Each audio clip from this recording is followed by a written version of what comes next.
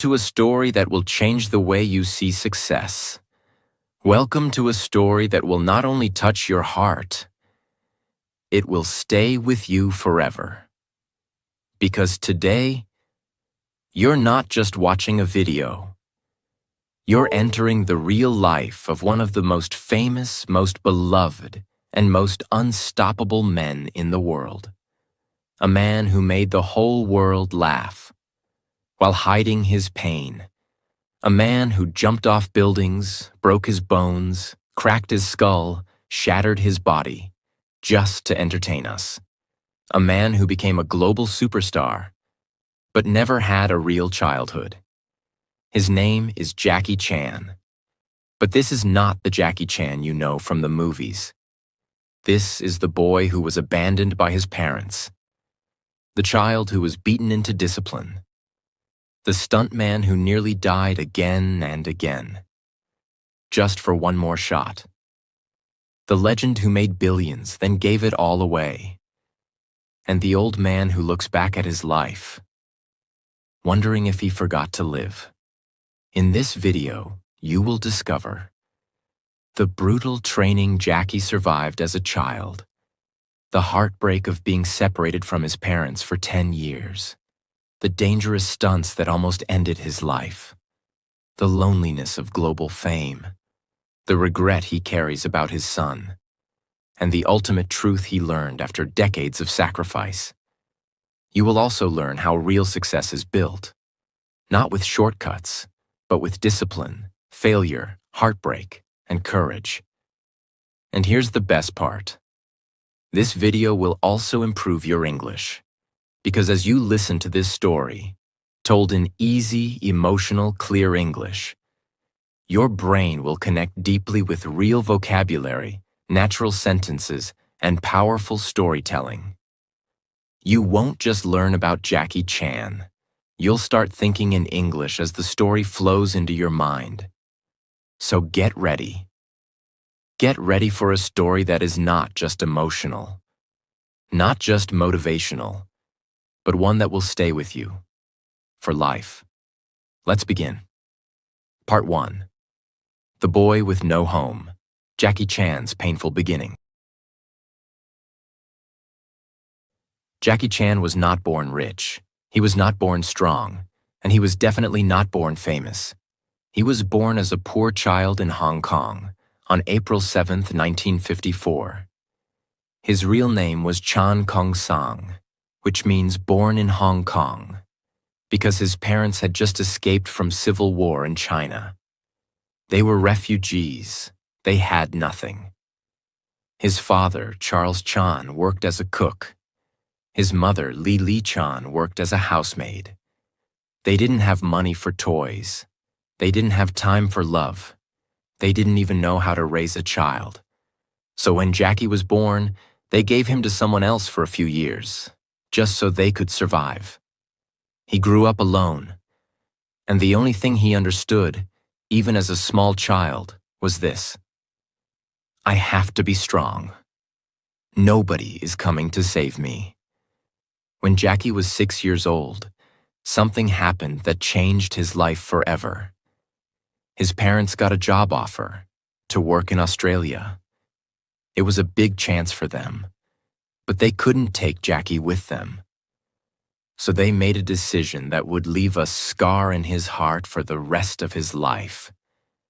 They left him behind. They enrolled him in a place called China Drama Academy, a boarding school for Chinese opera performers. But it was not really a school. It was more like a military prison for children. The master of the school was a cruel man named Master Yu Jim Yuen, and Jackie was now one of his students. At just 6 years old, Jackie was thrown into a world of pain, discipline, and endless training. The children woke up before sunrise. They didn't have breakfast. They didn't laugh. They didn't rest. They trained, from early morning until late night.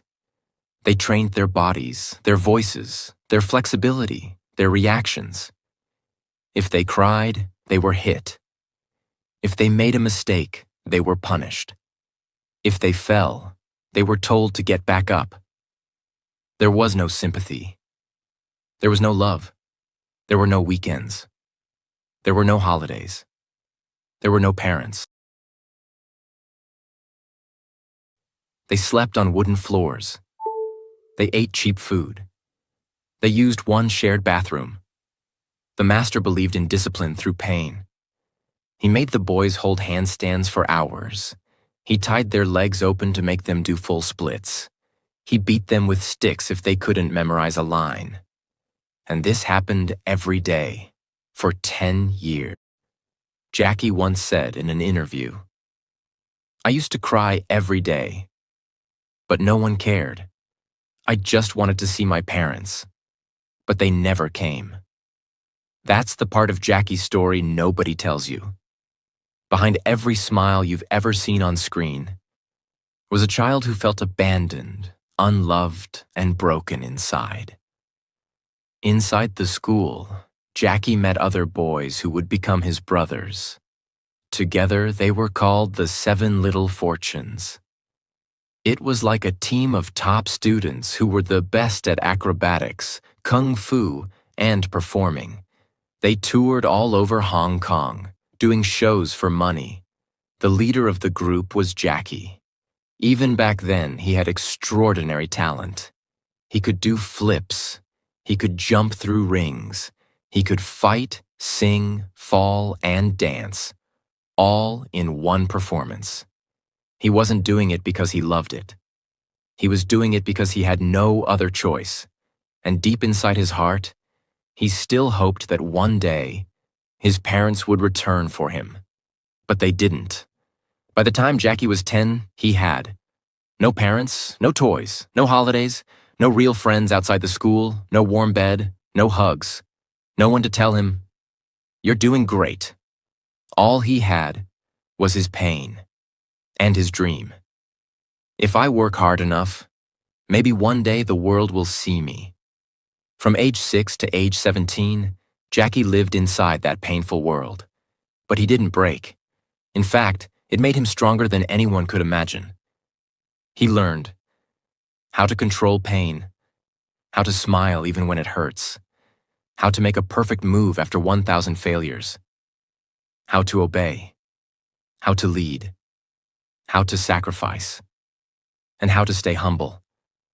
Because no matter how good he got, the master never praised him.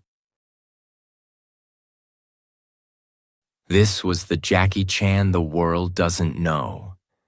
The child soldier, the quiet performer, the lonely warrior.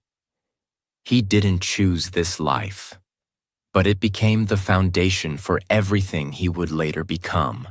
When Jackie finally left the China Drama Academy at 17 years old, he had no certificate, no college degree, no money, and no family support. He had spent more than 10 years training like a machine. But now that training was over. He stepped into the real world, and nobody cared who he was. There were no job offers waiting, no fans, no applause, no security, just an endless city filled with hundreds of boys like him, all trying to survive. He had only one option: become a stuntman. And not a safe, comfortable stuntman like in Hollywood. In Hong Kong, stuntmen were treated like cheap tools. Producers didn't care about safety. Directors didn't care about injuries. If you got hurt, they would simply replace you with someone else. But Jackie didn't have a choice. He needed to eat.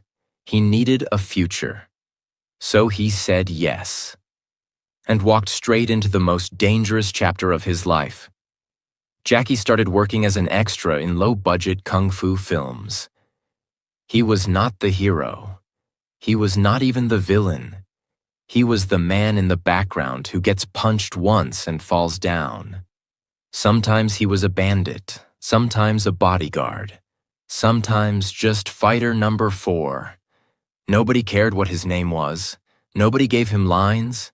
Nobody even gave him proper safety gear.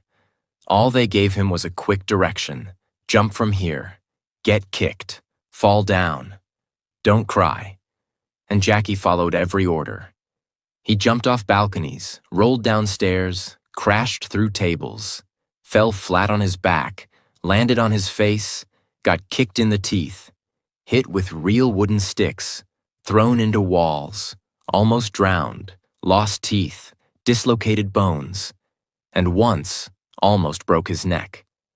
But he never said no. Because deep inside, he still had one dream.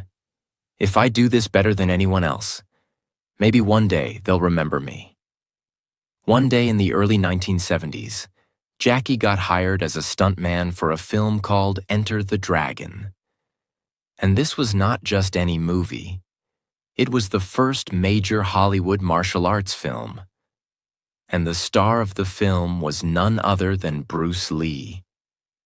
Bruce was already a legend, a global icon. Every stuntman wanted to work with him, even for a few seconds. And Jackie got his chance. In one scene, Jackie was supposed to run at Bruce and get hit hard to show Bruce's power. That was it. 1 second of pain, 1 second of visibility. Jackie ran. Bruce hit him hard with a stick, and Jackie fell so hard that he forgot where he was. But what happened next changed Jackie's life. Bruce Lee stopped the scene, rushed over, and helped Jackie up. He touched Jackie's head gently and asked, "Are you okay?"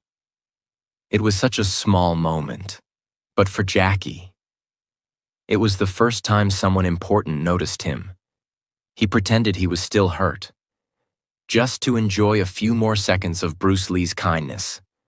1 second made Jackie believe, if Bruce Lee can become a global icon, maybe I can too. But I'll have to find my own way because Jackie knew something. He could never become Bruce Lee.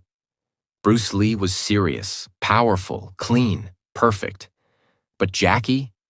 He was always falling, always messy, always funny. So Jackie made a decision.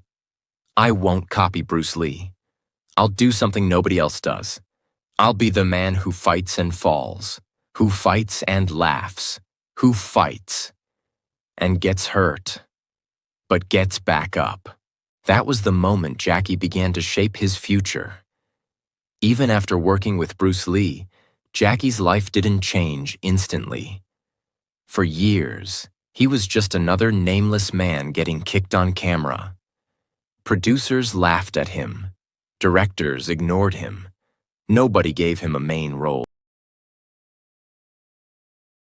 Some even said, "Your face is not good for movies. You look funny. You don't talk like a hero. You can't be the lead actor." It would have broken most people, but Jackie kept going. He worked 18 hours a day, slept on studio floors, ate cheap noodles. Sometimes he didn't even get paid, but every day he practiced. He studied how other actors moved. He trained his face to show emotion. He studied comedy. He trained his body to fall safely but look painful. He rehearsed thousands of stunts until they looked real but controlled. Because Jackie had a secret mission. One day, I will create a new kind of hero. A hero who makes you laugh while bleeding. A hero who doesn't always win, but never gives up. In 1978, Jackie was offered a role in a film called Snake in the Eagle's Shadow. It was a low-budget kung fu comedy. But for the first time, Jackie was allowed to mix martial arts and comedy. He played a weak, silly young man who learns kung fu in a strange way, using humor, surprise, and fast movements. The audience loved it. They had never seen anything like this before. Jackie made them laugh, then fight, then fall, then win. He was not perfect like Bruce Lee, but he was real. He was the guy who looked like you, who failed, got hurt, and still stood up. The film became a big success, and then another one followed, Drunken Master. And suddenly, Jackie Chan became a name people remembered. He had found his style.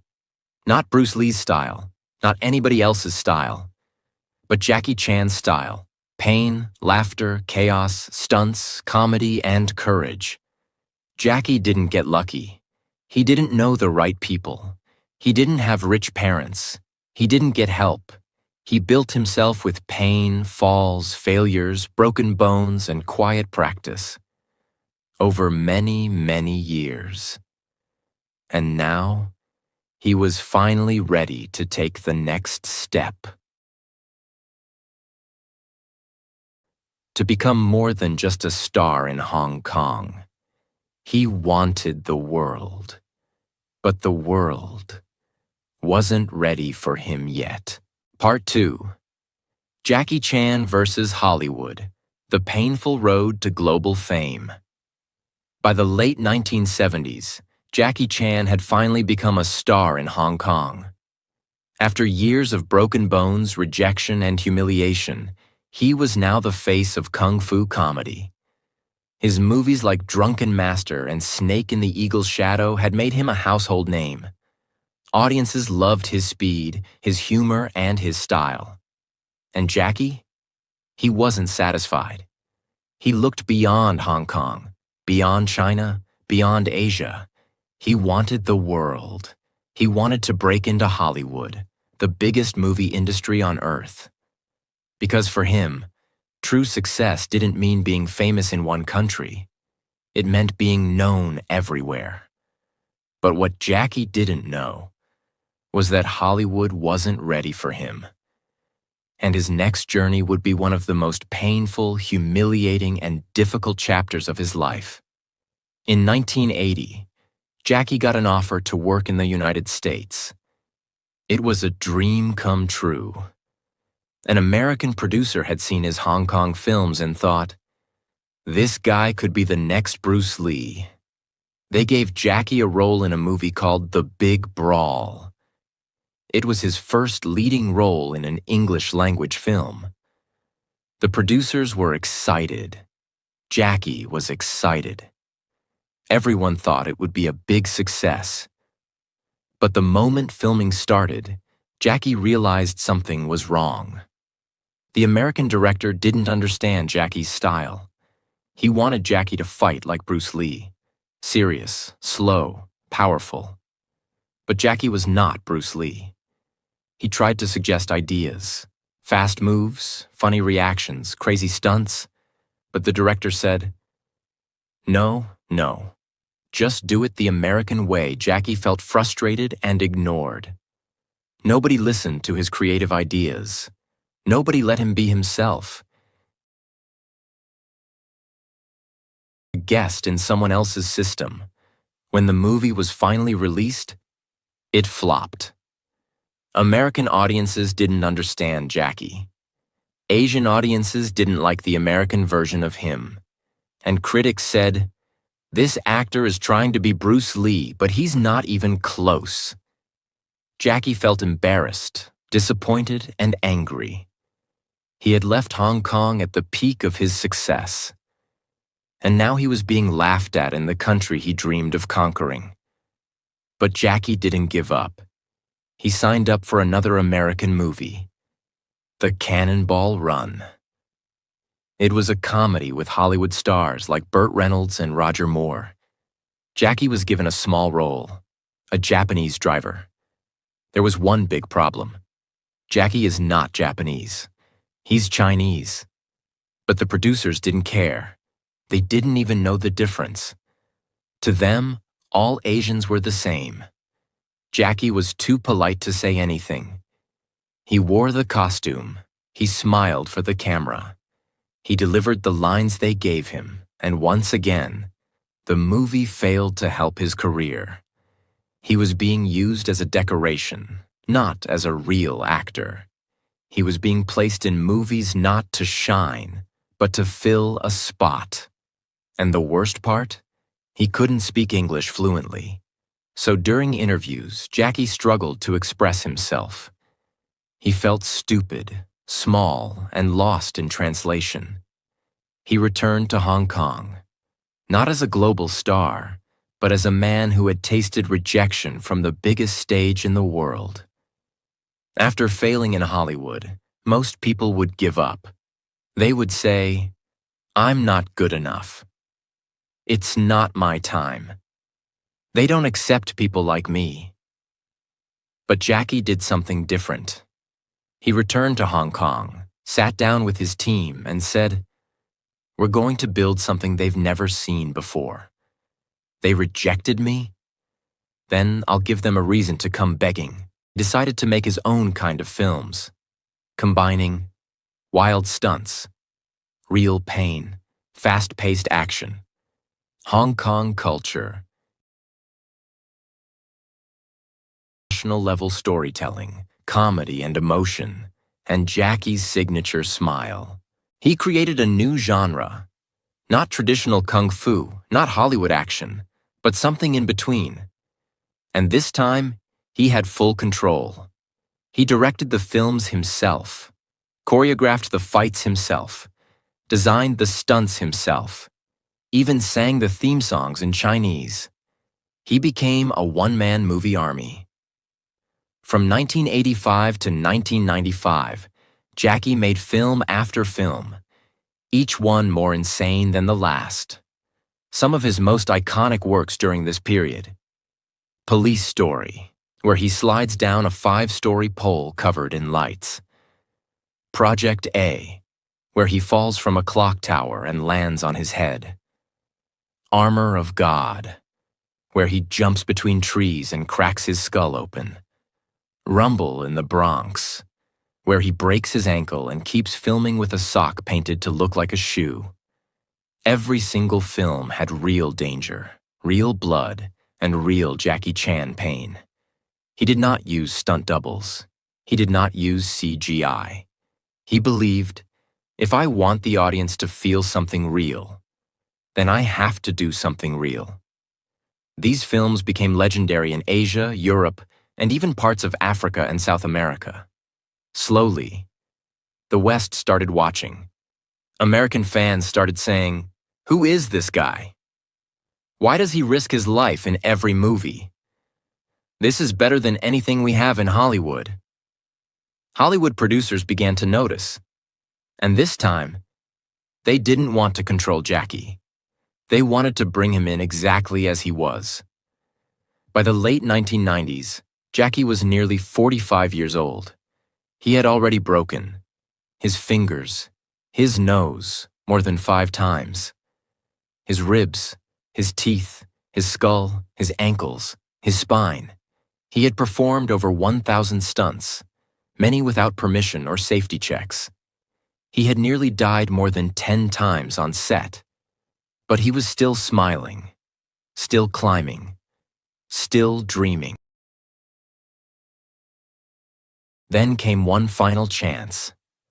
An American producer offered him the lead role in a new buddy cop comedy film called Rush Hour. Jackie read the script. It was funny, it was fast, and the co-star would be Chris Tucker, a loud, energetic African-American comedian. It was the perfect contrast, and Jackie said yes. Nobody expected it to succeed, but when Rush Hour was released in 1998, it exploded.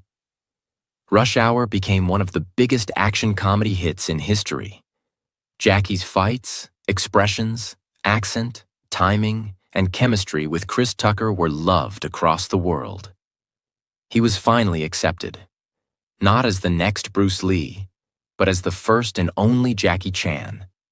And after Rush Hour came Shanghai Noon, then Rush Hour 2, then The Tuxedo, then The Medallion, and then even voice roles like Master Monkey in Kung Fu Panda.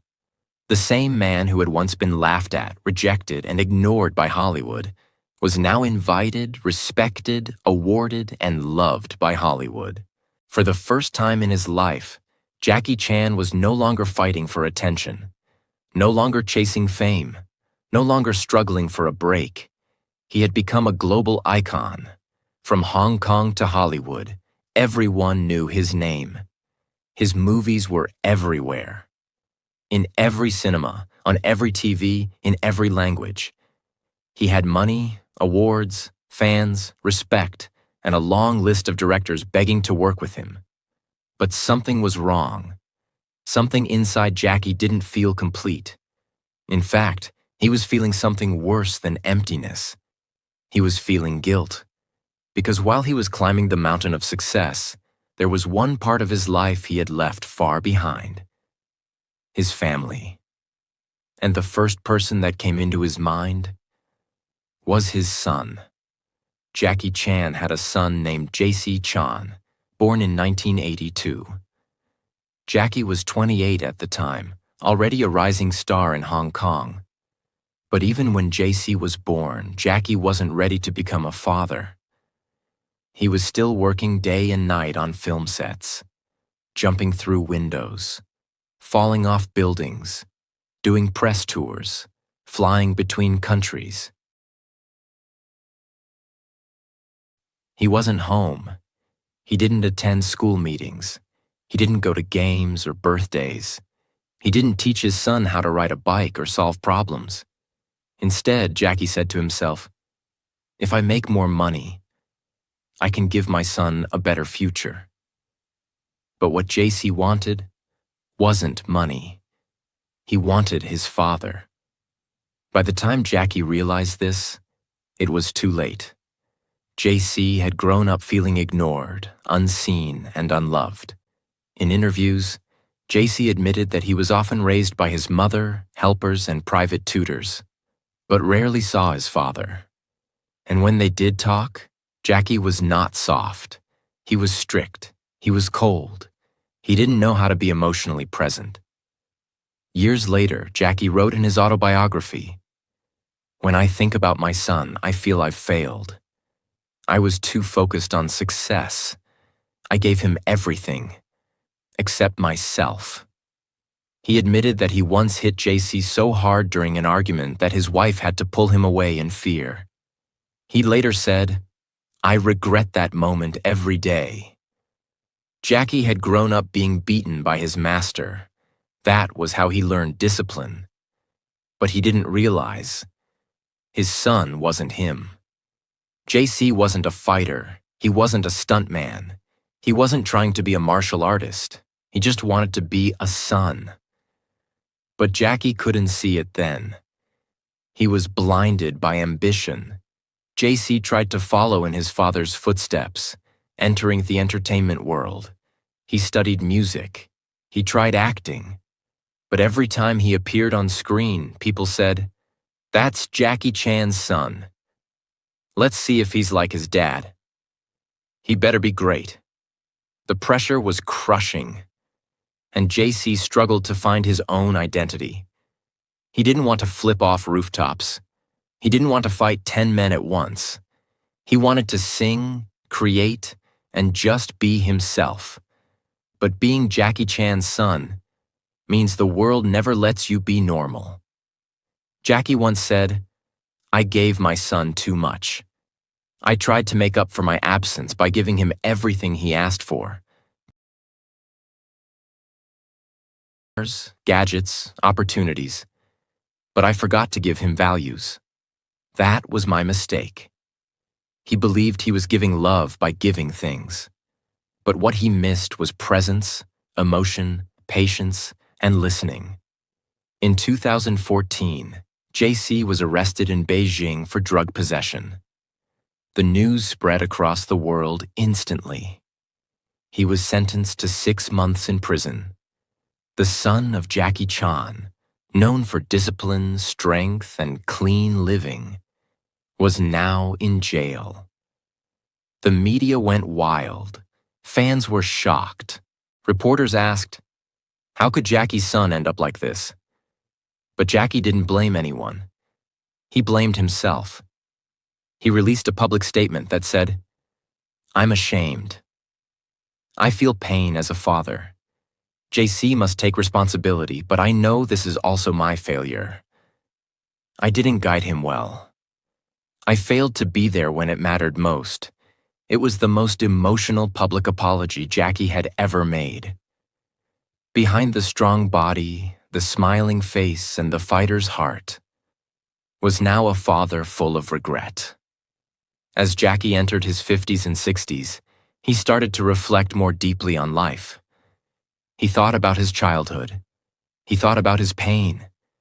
He thought about his career. But most of all, he thought about his legacy.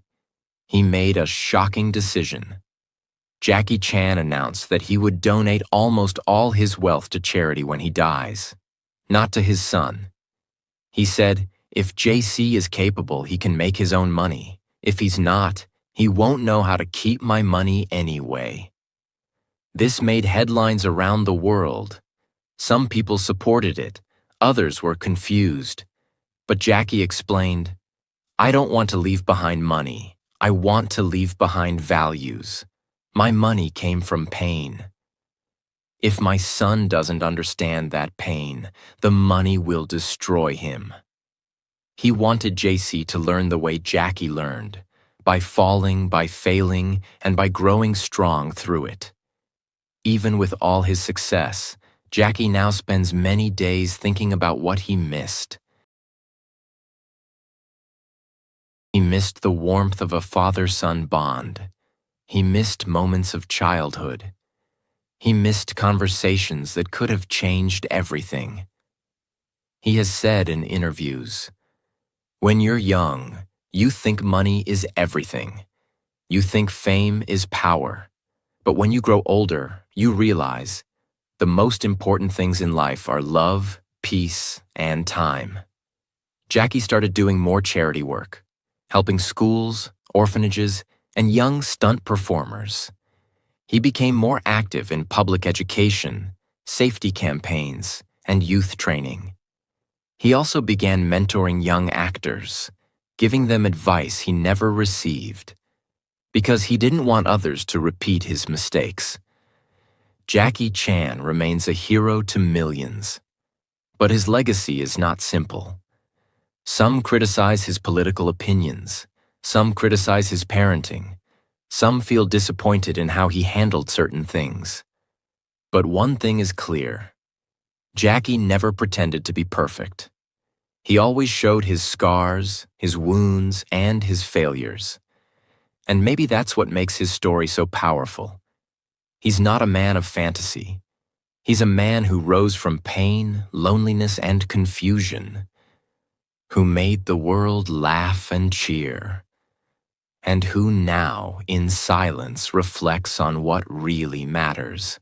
Part 3. The Final Falls of Jackie Chan. A body that gave everything. By the time Jackie Chan turned 60 years old, he had spent more than 5 decades falling, flipping, fighting, crashing, and surviving. He was no longer just an action star.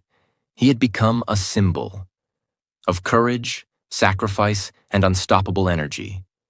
But there was one enemy even Jackie couldn't defeat: time. His muscles, once hard like steel, had become tight, slow, and painful.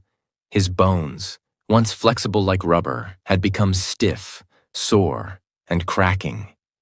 His heart, once wild with ambition, had become quiet, heavy, and thoughtful.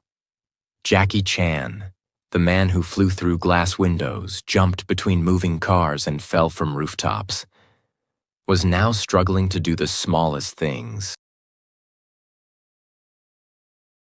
He couldn't bend the same way. He couldn't sleep without pain. He couldn't run without feeling the tight pull of years of injuries.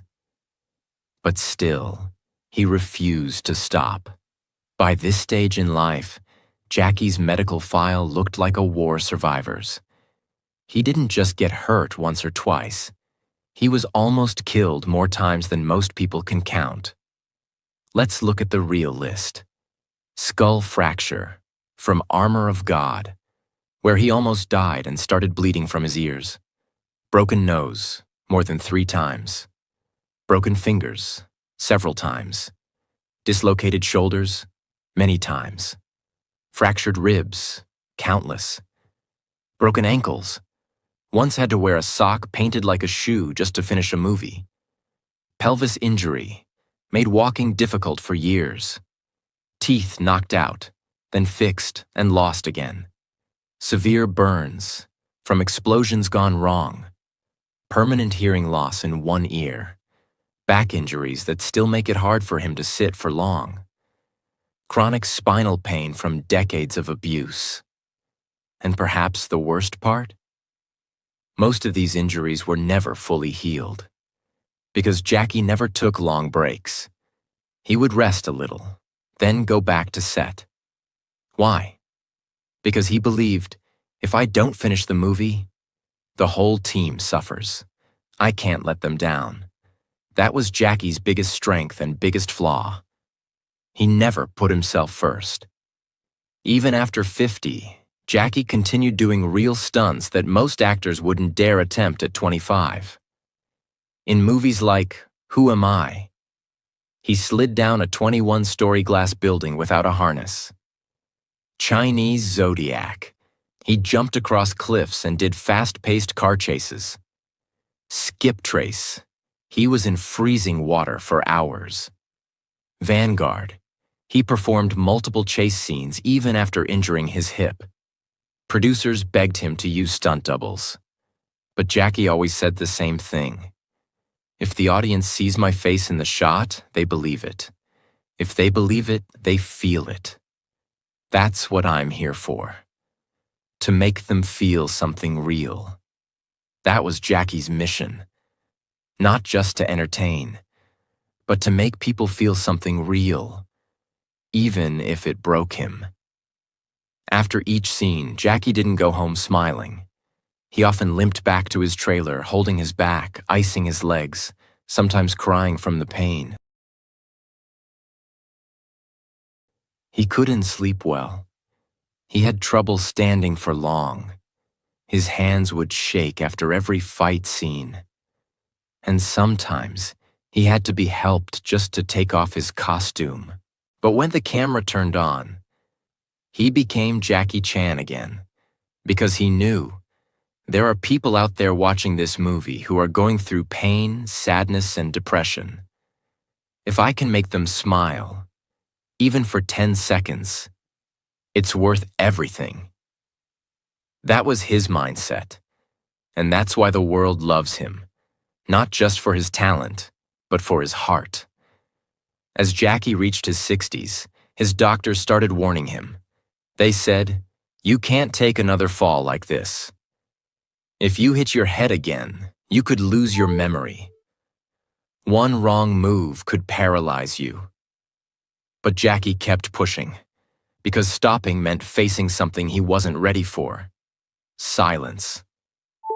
For more than 50 years, he had lived in front of cameras. He had been the center of sets, the leader of crews, the man who jumped first. If he stopped, he wouldn't know who he was anymore. So instead of fully retiring, Jackie chose a new path. He would slowly shift from action to mentorship, from falling on screen to lifting others behind the scenes. But the transition wasn't easy. Jackie began investing in younger actors and stunt teams. He trained them, fed them, protected them, and gave them opportunities. The same way he never had. He created scholarships, opened training centers, funded film schools, and told every young actor, "Don't copy me, learn from me, and then do better." He also started doing more voice work, like in Kung Fu Panda, where he played Master Monkey. It was less physical, but still powerful, because Jackie realized something. Even if I can't fight the same, I can still inspire. That became his new fight. To use his story to lift others. In recent years, Jackie began receiving Lifetime Achievement Awards around the world. At the Oscars, when he finally received his honorary Academy Award, he said, "After 56 years in the industry, after making over 200 films, after breaking so many bones, I finally have one of these. Thank you." He smiled, but his eyes were wet, because he remembered. the wooden floors of China Drama Academy, the rejections in Hollywood, the broken skulls, the broken heart, and the years of waiting for the world to understand his value. He also gave a speech in Beijing where he said, "If I had another life, I wouldn't do it all again. Not because I don't love my fans, but because I would like to live once, without pain." That was the most honest line he had ever spoken. Legends get tired. Jackie Chan's body gave everything it had. It bent, cracked, bled, and carried his dream across the world. But now it's slowing down. He can no longer jump the way he used to. He no longer fights in the same style. He chooses carefully what to do, but in that slower pace, there is wisdom, there is peace. Because Jackie has proven everything. He doesn't need to fall anymore, because the world already rose for him. Part 4. The Final Bow. Jackie Chan's last chapter. The cameras are quieter now. The stunts are fewer. The crowd still scream his name. But Jackie no longer runs to the edge of the rooftop, ready to fall. He walks slowly now. He smiles more softly. He sits longer, breathes deeper, and talks more carefully. Because after spending over 60 years in the spotlight, after breaking almost every bone in his body, after rising from poverty to global fame, after losing himself, finding himself, and losing again, Jackie Chan is no longer chasing the next hit movie.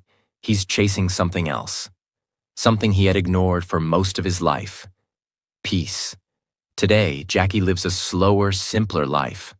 He still acts occasionally, but only in carefully chosen roles. He avoids risky stunts now. He respects his age. He listens to his body. Most of his days are now spent training younger actors, writing and reviewing scripts, attending charity events, traveling to give talks at schools and universities, sitting quietly in nature, reading, meditating, or remembering. He often visits his old stunt team, many of whom are also aging, injured, or retired. They share stories, they laugh, sometimes they cry. Because those men are the only ones who truly understand the pain, the fear, and the glory of what they gave up for cinema. Jackie pays for their medical bills, supports their families, and always says, "Without them, there would be no Jackie Chan." This is who he is now, not just a star, but a protector of those who built him. Jackie knows that one day he won't be here anymore. So now, he's focused on what he leaves behind. He is actively building film museums that preserve Hong Kong cinema and martial arts history, charity schools for children from poor backgrounds, especially in rural areas, scholarships for young filmmakers and actors, stunt training academies to keep the art of real action alive, archives of all his films, footage, outtakes, injuries, and behind-the-scenes materials. He's also writing more books, letters, reflections for people who want to learn from his life. But Jackie doesn't want to be remembered just as a movie star. He wants to be remembered as a man who gave everything he had, and then still gave more. Jackie has spoken openly about his aging. In one interview, he said, "There are mornings I wake up and I don't know if I can walk straight. My knees hurt. My back screams. My fingers are stiff. But then I remember, I chose this." He no longer regrets the injuries. He accepts them. He calls them the price of a dream. But with that acceptance has come a new understanding, that the body breaks, but the mind must heal. That time is limited. That people disappear. That money fades. That pain teaches. That love matters more than fame. He has now reached a place in life where he says, "I don't want more houses. I don't want more awards. I just want the world to become a little better." because I was in. Fame is not friendship. Jackie has millions of fans, but very few people who truly know him. He has admitted in multiple interviews that he sometimes feels deeply lonely. He walks through airports and people scream his name. He sits in a restaurant and strangers ask for photos. He smiles, always. But deep inside, he sometimes thinks, do they love me? Or just the version of me they saw on screen? That's the silent pain of legends. Everyone knows your name, but very few understand your soul. And Jackie, even now, still feels like that little boy at China Drama Academy, trying to be strong when nobody is watching. Over the years, Jackie has given thousands of interviews, speeches, and talks. But there's one message he keeps repeating to the younger generation. Don't look for easy success. Look for real value. Don't copy others. Build your own path. Don't chase fame. Chase growth. Don't give up when it hurts. That's where real strength is built. He warns young actors, don't think I'm lucky. I worked through blood. I was laughed at, beaten, doubted, but I never stopped. He tells them, the best life is not the easiest one. It's the one where you can say, I gave everything. And that's what Jackie wants you to remember. Not his movies, not his stunts, not his fame, but his effort, his dedication, his discipline. In his later years, Jackie began receiving the global recognition he had waited decades for. Oscar Lifetime Achievement Award, BAFTA Awards, honorary doctorates from universities, statues in Hong Kong and Hollywood, streets named after him, UNICEF Ambassador for Children's Rights. But every time he accepts these honors, he bows his head and says, I am not better than others. I just refuse to quit. He reminds the world, I was a nobody. I cleaned floors. I carried cables. I ate on dirty sets. I bled on cold concrete. I'm just the result of what happens when you love your craft more than your comfort. Years, Jackie has begun speaking softly, but honestly, about death. He doesn't fear it, but he wants to be ready. He wants his last years to be useful, not just comfortable. He wants to pass down his knowledge, not just sit in luxury. He wants to leave a trail that others can follow, not a throne that disappears. He once said, one day my name will stop trending. My face will fade. But if I did my job right, some boy somewhere will keep going because of me. That's enough. That's everything, he also wrote. Death comes for all of us. But not all of us live fully before it comes. I lived fully. I gave everything. I can go in peace. Even with all the peace Jackie now seeks, there is one wound that never fully healed. His son. Their relationship has improved, but it's not perfect. They talk sometimes. They meet sometimes. But Jackie knows. You can fix a house, but you can't always fix a broken childhood. He doesn't hide this pain. Instead, he uses it as a lesson. He tells young fathers, your children don't need a hero. They need you. Don't make the same mistake I did. This is perhaps his deepest regret and his most powerful truth. In one interview, the host asked, what do you want people to remember when you're gone? Jackie paused, then said, I want them to say, he gave his life for others.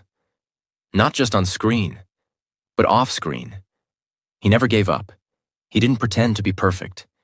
He made people smile. He made people stronger. He showed what it means to love your craft, your people, and your pain. He smiled, then added, and maybe they'll watch one of my old movies and still feel like I'm there, jumping, fighting, falling, and getting back up.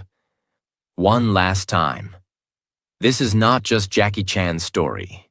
This is a story about fighting even when nobody believes in you, smiling while you're in pain, falling again and again, and rising every time, building something real from nothing, becoming a legend, not by being perfect, but by being relentless. He was never the tallest, never the strongest, never the fastest, but he outworked everyone. And he never stopped. He became more than an actor. He became a lesson. So when you think of Jackie Chan from now on, don't just think of the action star. Think of the boy who was abandoned, the man who was doubted, the father who was broken, the body that was shattered, the legend who kept moving. Think of the man who gave everything so you could believe in something. If this story moved your heart, if you learned something powerful today, if you want more real, emotional, life-changing stories like this, that also help you improve your English every time. Then subscribe now and become part of something truly powerful. Because this is not just a channel. This is a journey of greatness. And it's only just beginning. Thank you for watching. Now go live your life like Jackie did, with fire in your soul and no fear in your fall.